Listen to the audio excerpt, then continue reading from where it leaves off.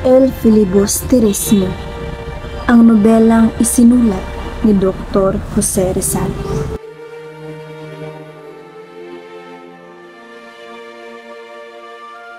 Samantala, sa kubiyerta ng isang bapur na nagngangalang Bapur Tabo na inahintulad sa pamamahala ng Kastila ay nagsasakay ng mga Indio at Maharlika. Nakikita niyo ba ang suot ko? Walang-wala ito sa mga suot ninyo. Pambihira talaga yung asawa ko. Nilayasan pa naman ako. Hoy, Kapitan! Pakibilisan pa nga ng pagpapatakbo niyo sa barko. Ang hina! Patawad, pero hanggang dito lang ang kaya ng bapor. Ang bapo talaga ng ilog na ito. Ang bagal tuloy ng takbo ng makina. Ang lunas ay napakadali at walang magugugol na anuman. Walang dapat gawin kundi isang kanal mula sa pagpasok ng ilog hanggang sa paglabas na maglalagos sa Maynila. Makakatipid pa ng lupa. Papaikli ang dinaraanan at may iwasan ang pagtaas ng buhangin sa ilog.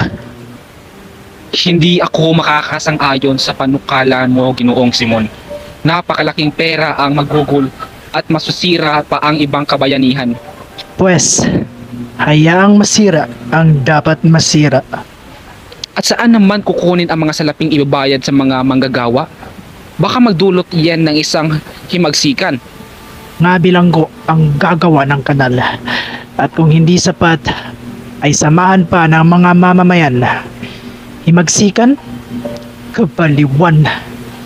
Naghimagsikan ba ang mga Hudyo o mga taga-Ehipto? Di ba wala? Ngunit wala tayong Ehipto ni mga Hudyo. Ginoong Simon, ikinalulungkot ko pero hindi ako sang-ayon sa gusto mo.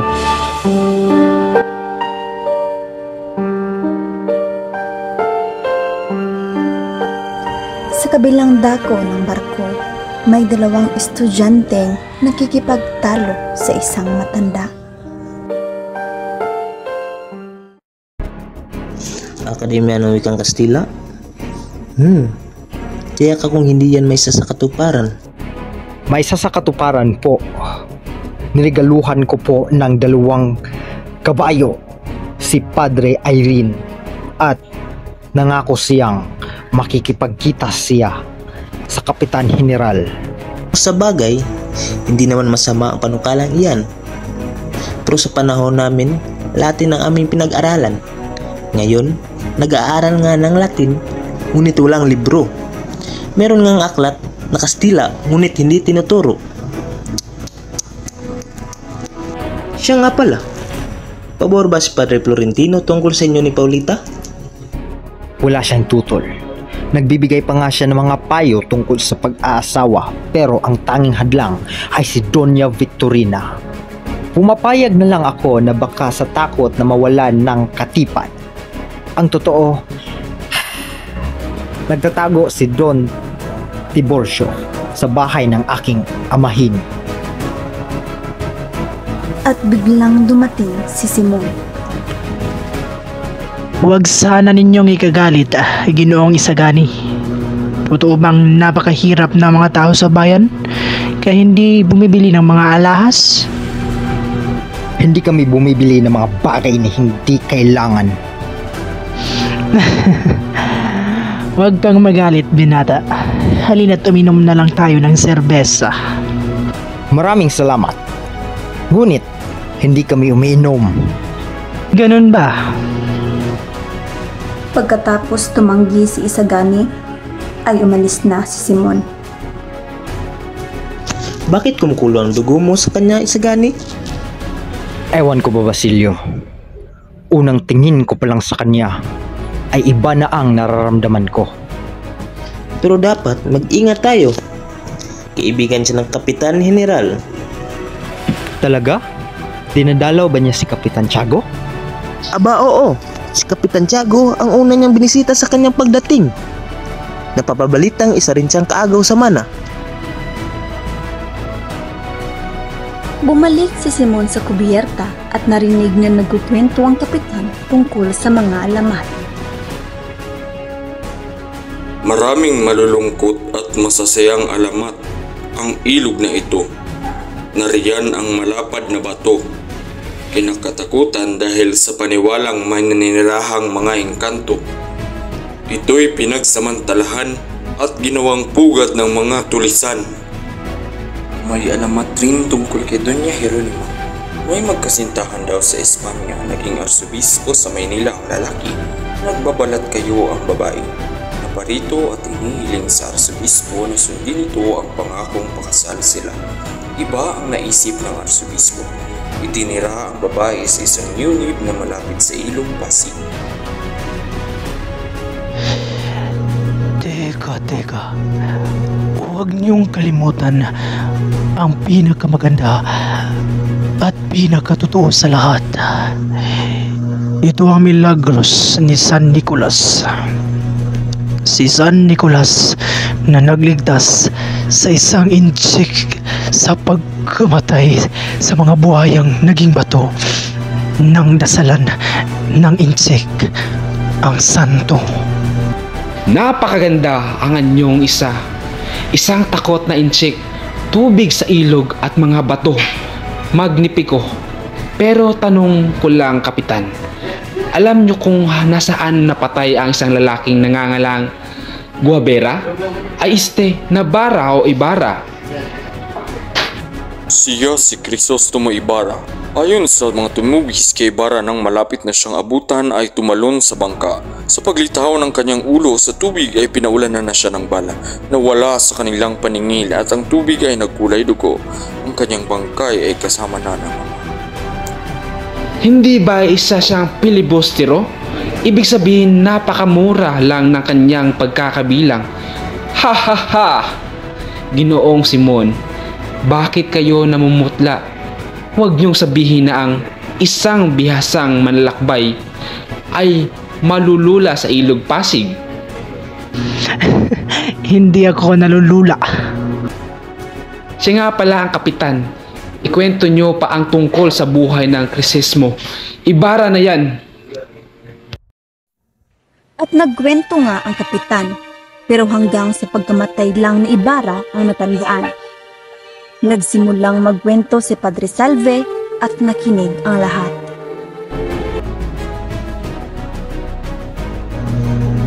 Si Ibarra ay laki sa ginhawa. Matalino. Kaya sa Europa nakapag-aral. Sa kanyang pagbabalik, nalaman niya ang kahindik-hindik na pangyayari sa ama. Ang kanyang katipan na si Maria Clara ay hindi pumayag na magpakasala kay Linares. Mas pinili pa niyang maging mongha at mapanatili sa kumbento kahit sa pagtutol ni Padre Damaso. Walang nagawa ang padre.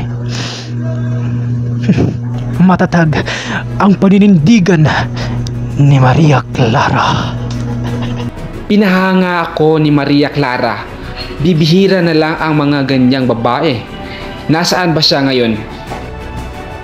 Si Maria Clara ay nasa kumbento na.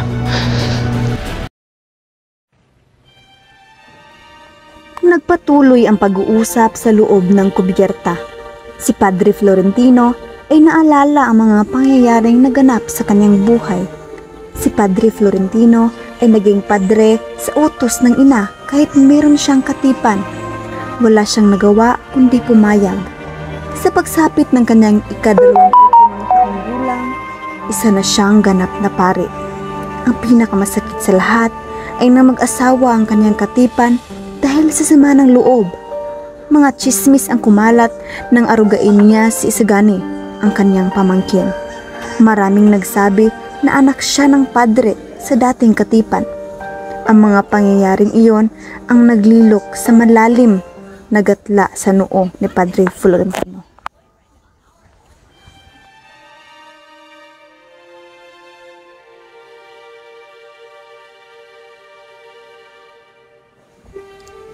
Naalala niyo pa ba si Kabisang Talis? Siya ang nag-aruga kay Basilio. Ang anak niyang si Talis ay namatayan ng asawa at anak na dalaga. Siya ay naging kabisa de barangay, ngunit ayaw niya ang trabahong ito.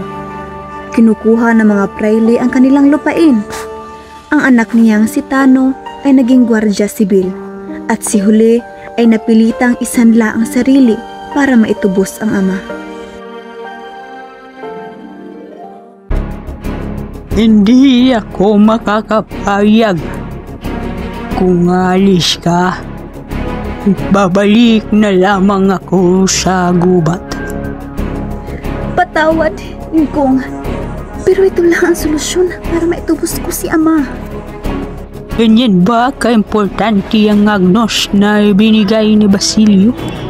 Para isanla mo ang sarili mo kay Hermana Pensyang? Opo, Ingkong. Binihag na nga si Talis at ngayon ikaw ay magpapalila dahil lamang siya 250. Huwag po kayong mag-alala. Ginagawa ko po ito para kay ama.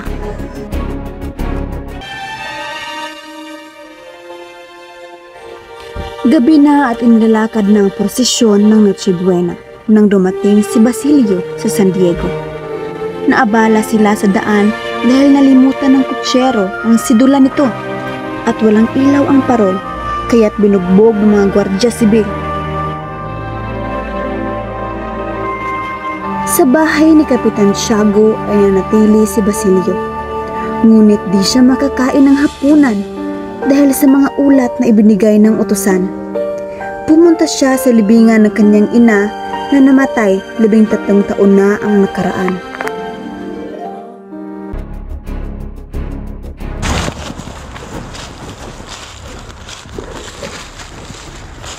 Ano ba itong naririnig? May paparating? Ginoong Simon. Imposible. Siya ang taong tumulong sa paglilibing kay ina at sa pagsunog sa isa pang lalaki. Sino sa dalawang lalaking ito ang namatay o ang buhay na nagbubuhay, Simon? Huwag kang lumapit kung ayaw mong mamatay. Ginoo, nagkita na po tayo. 13 taon na ang nakaraan. Sino ako sa palagay mo? Ikaw, ang taong matagal nang inakalang patay na. Basilio, ika'y naghahawak ng isang lihim na maaring ikasawi ko.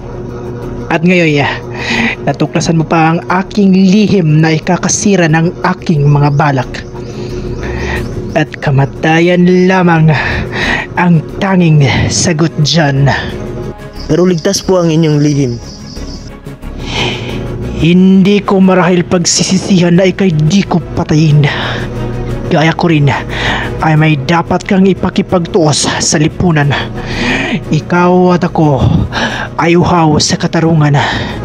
Dapat tayong magtulungan. Parangalan kong matulungan ka. Ngunit ayaw ko makialam sa politika. Naniniwala akong karunungan ang makaligtas sa bayan. Mali ka.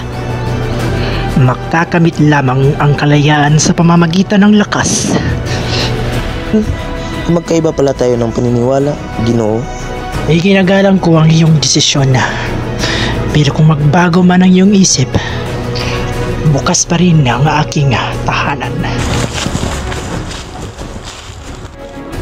At umalis si Basilio habang patuloy sa paghukay si Simon.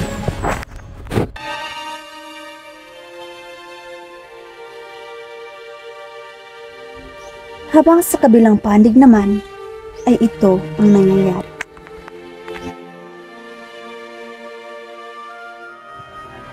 Huwag kang malungkot, Ingkong.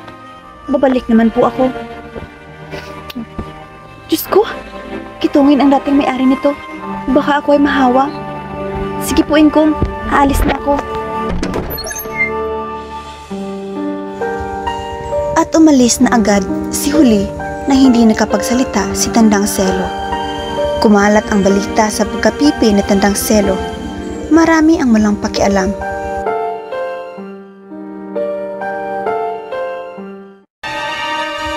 Dumating na si Talis na malungkot na malungkot. Pinapaalis na sila sa kanilang tahanan. Kinabukasan, nakituloy si Simon sa kanila. Pasok po kayo, Ginoong Simon. Maraming salamat.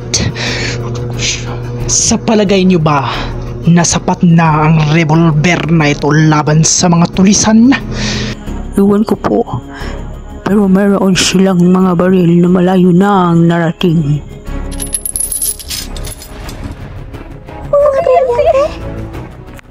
Ito'y mga brilyanteng mahirap pantayan. Teka lang, kabesang Tales. Mayroon ba kayong maialok sa akin? Wala, Ginoong Simon. Nasaan po ang agnos na ibinigay ni Basilio kay Huli? Pero napaka-importante yun para kay Huli, na dating pag-aari ni Maria Clara. Kay Maria Clara? Paano ito napunta kay Basilio? Ibinigay daw ito ni Maria Clara sa isang kitungin na nagpagamot kay Basilio. Gusto ko itong bilhin ng 500 piso. 500 piso? Pero dapat malaman muna ito ni Huli. Ganun ba? Kayo ang bahala.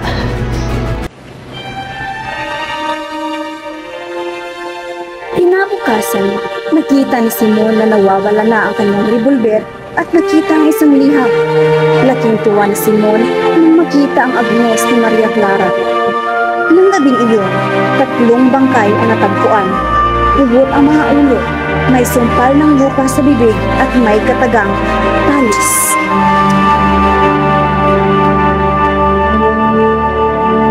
Dumalaw si Basilio kay Hermana Pinsyang para tubusin si Huli. Sige na po, Hermano Pinsyang. Payagan niyo na akong kunin si Huli. Hindi pa ba sapat ang ginawa niyang pagpapaalila sa iyo? Kung gayon, ang nangyari isa na hindi ko na lang siya pinautang. Hindi naman pala tutubo ang aking salapi. Huwag na kang ganito, Hermano Pinsyang. Handa akong magbayad.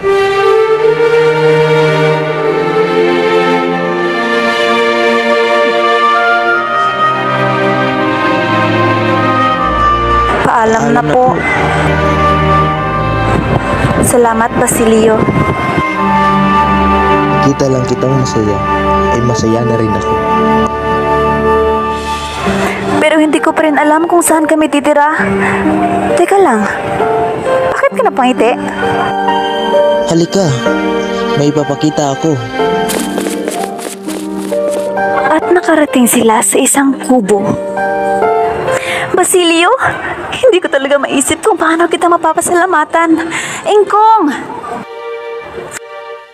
Gagawin ko ang lahat para lang sa iyo, kaya't walang dapat alalahan. Salamat. Niyakap nila ng mahigpit ang isa't isa.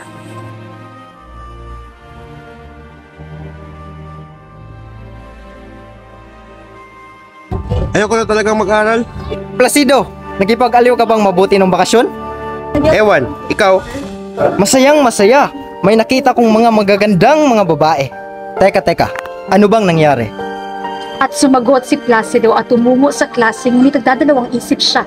Sa klase ng pisika, sinabi ng propesor na 15 araw nang hindi pumapasok si Placido ngunit hindi makapaniwala si Basilio at inisulto siya ng padre. Nagalit si Placido.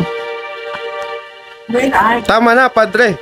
Alam kong mas mataas ang ranggo niyo, ngunit wala kang karapatan na laitin ako. Hindi ako makatiis kaya't paalam na.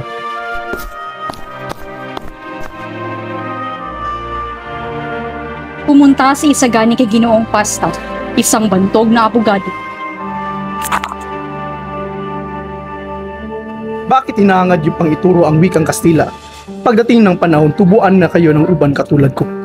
Baka sabihin niyang hindi ako nagbulaan sa inyo. Hindi ito isang pansariling kagustuhan. Ako'y napag-utusan lamang. Ngayon, hindi mo pa masasabing ako'y nakakatulong sa kapwa.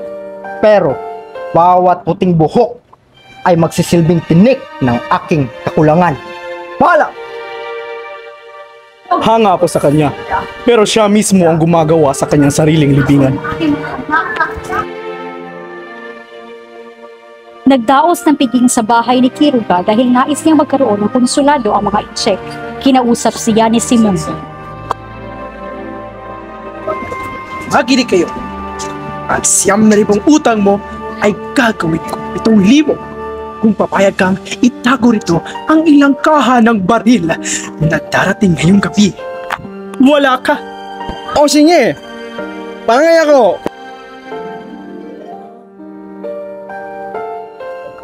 Nagkaroon ng salo-salo sa pansiteria makanista sina Pekson, Sandoval, Isagani at Makaraig. O Makaraig, ano ang nangyari sa nilalakad natin? Sumangayon ang lupon sa panukala at binati ang nag-aaral dahil sa kanilang pagkauhaw sa karunungan. Kung gayon, tagumpay tayo? Hindi ba ganap, Pekson? At kaya lang tayo makakasama sa pamamahala sa akademya ay tayo ay maniningil ng mga abuloy. Ibibigay iyon sa mga ingat yamang pipiliin ng korporasyon. At saka lang tayo bibigyan ng katibayan ng pagkakatanggap. Ang nakakatawa pa nito'y pinayuhan ako ni Padre Irene na magdiwang ng isang piging. Piging na lason! Yan ang nararapat nating gawin. Kala ko pa naman ay tagumpay na tayo. Gabi na, ngunit nag-aaral pa rin si Basilio habang binabantayan si Kapitan Tiago. Kailangan ko pang tapusin ito. Kumusta ang may sakita, Basilio? Ginulat nga ako Ginoong Simon. Masama ang kanyang kalagayan at maaari siyang mamatay anumang oras dahil kumalat ang lason sa kanyang katawan.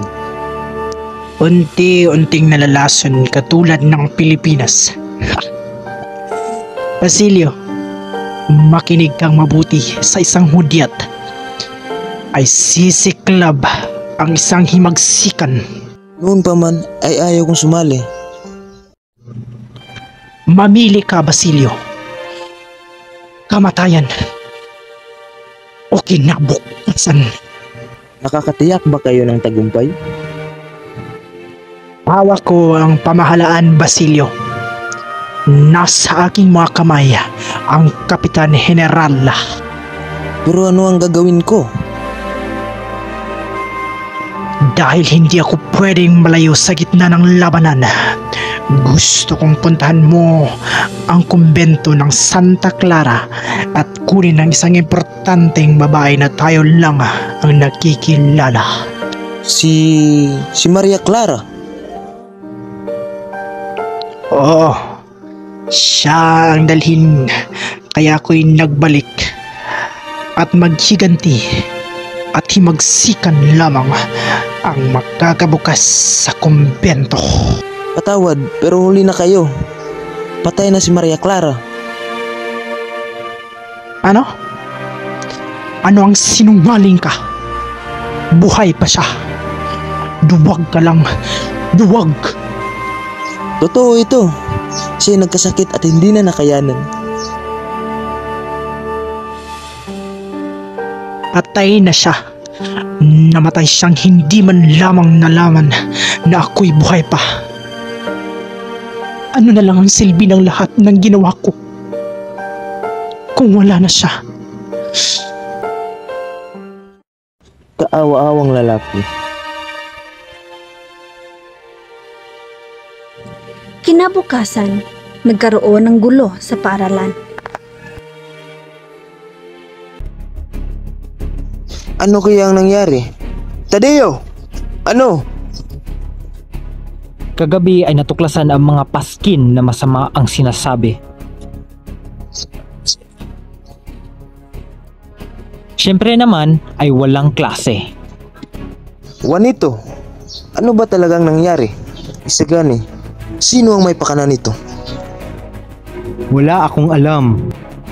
Makapunta na lang kay Makaraig para mangutang. Makaraig, gusto ko sanang mangutang. Yun lang? Marangal na pagkatao. Maaasahan ka talaga, Basilio. Akala ko ay katulad ka ng iba.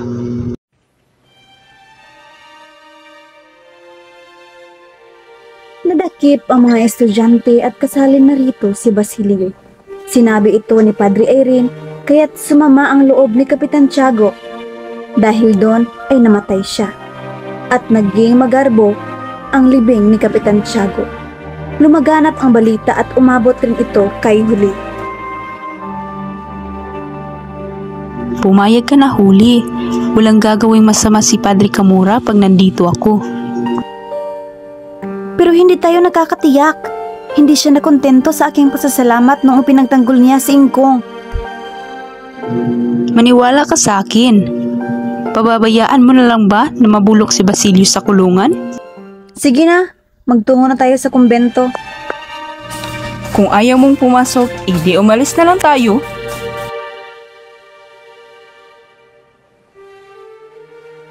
Hindi na nalaman kung ano ang nangyari sa loob. Tahimik noon nang nahulog ang isang katawan mula sa itaas at ang paglabas ng parang nababaliw na babae. Marami ang naidulot ang mga paskin. Marami rin ang hindi nakapasa. Kumalat rin sa bayan ang pagpapakasal ni Juanito at Paulita. Si Juanito na ang pagkakasalan ko. Ayoko na kaisagani. Iba ang kanyang mga pangarap.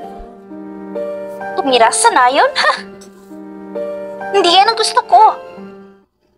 Kung makapaglakbay, tumira sa syudad. Juanito, kakasalan kita. Talaga? Salamat. Matutuwa talaga si Ama. Pupunta sina Simon at ang Kapitan General.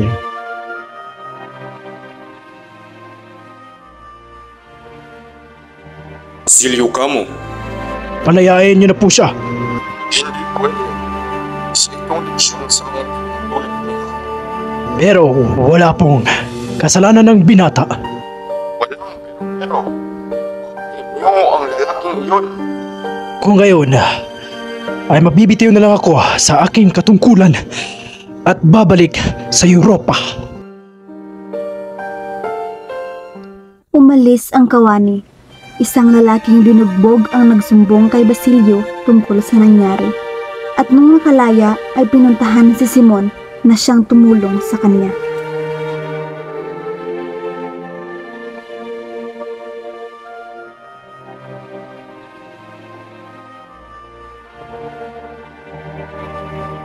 Atin pong abangan kung ano ang mga susunod na mga pangyayari sa susunod na mga kabanata.